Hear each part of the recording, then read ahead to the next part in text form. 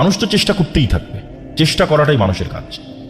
কিন্তু যখন hard time আসবে তখন সে তাকদীরের কথা স্মরণে রাখবে, রাসূল সাল্লাল্লাহু আলাইহি ওয়াসাল্লামের দুনিয়া বিমুখ আচরণগুলোর কথা স্মরণে রাখবে। রাসূল সাল্লাল্লাহু আলাইহি ওয়াসাল্লামের দুনিয়া বিমুখ আচরণের দুইটা ঘটনা। একদিন একজন মেহমান আসছে, আমি শুধু বাংলা বলে যাচ্ছি, হাদিস সহিহ। একদিন একজন মেহমান আসছে আল্লাহ নবীর কাছে, এসে বলতেছে যে আমার রাস্তাঘাটে আমি সব কিছু হারিয়ে ফেলেছি, আমার একটু খাবারের ব্যবস্থা করতে হবে, খাবারের ব্যবস্থা করতে হবে। আল্লাহ নবী লোক পাঠালেন তার স্ত্রীদের ঘরে কিছু আছে কিনা খাবারের।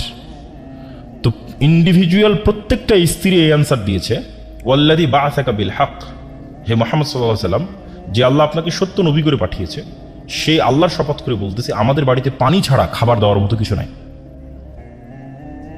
তো তিনি হচ্ছেন তৎকালীন বিশ্বের সর্বশ্রেষ্ঠ মানব, সকল যুগের সর্বশ্রেষ্ঠ মানব।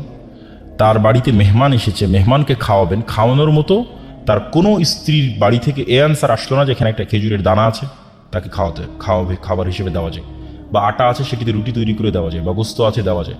সবাই বলেছে তাদের বাড়িতে শুধু পানি আছে, আর দেওয়ার মতো কিছু নেই।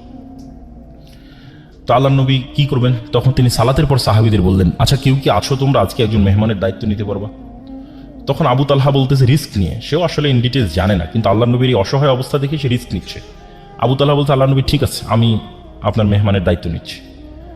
তো আবু তালহা কোনো প্রকার যাচাই বাছাই না করেই সে কিন্তু মেহমান কিনে বাড়িতে চলে গেছে।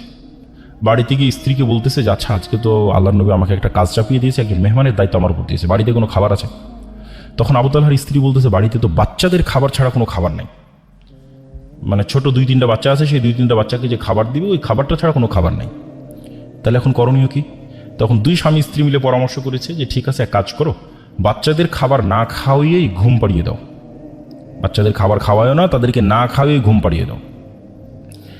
আর মেহমানের সাথে তো মেজবানকে বসতেই হয়, মানে যাকে আপনি মেহমানদারি করাবেন আপনার বাড়িতে, যদি তাকে আপনি না বসেন সে তো অকওয়ার্ড ফিল করবে, বিব্রত বোধ করবে।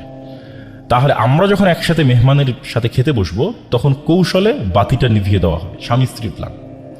কৌশলে যখন বাতি নিভিয়ে দেওয়া হবে তখন আমরা খাওয়ার অভিনয় করতে থাকবো, কিন্তু আসলে আমরা খাবো না। কেন? বাচ্চাদের খাবার অনেক অল্প স্বল্প খাবার, যদি আমরাও 2 জন বাতি জ্বালিয়ে সেটার সাথে অংশগ্রহণ করি তাহলে মেহমানের খাবার বলে আর কিছু বাকি থাকবে না।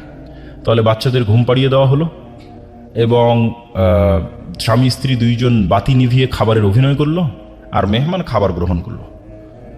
পরের দিন রাসূলুল্লাহ সাল্লাল্লাহু আলাইহি ওয়াসাল্লাম বলতেছে, আবু তালহা তুমি কি করেছো? আল্লাহ তোমার উপর অনেক সন্তুষ্ট হয়েছে। তো কি করেছেন? তো এই ঘটনা। তো এটার থেকে আমাদের শিক্ষা কি? যে ওই যুগের যারা সর্বশ্রেষ্ঠ মানব তাদের এটি জীবন হিস্ট্রি এবং কালচার বলা হচ্ছে। সুতরাং আমি যদি আমার লাইফে এরকম কখনো কঠিন সময় ফেস করি তাহলে অবশ্যই তখনকার চাইতে খারাপ হবে না।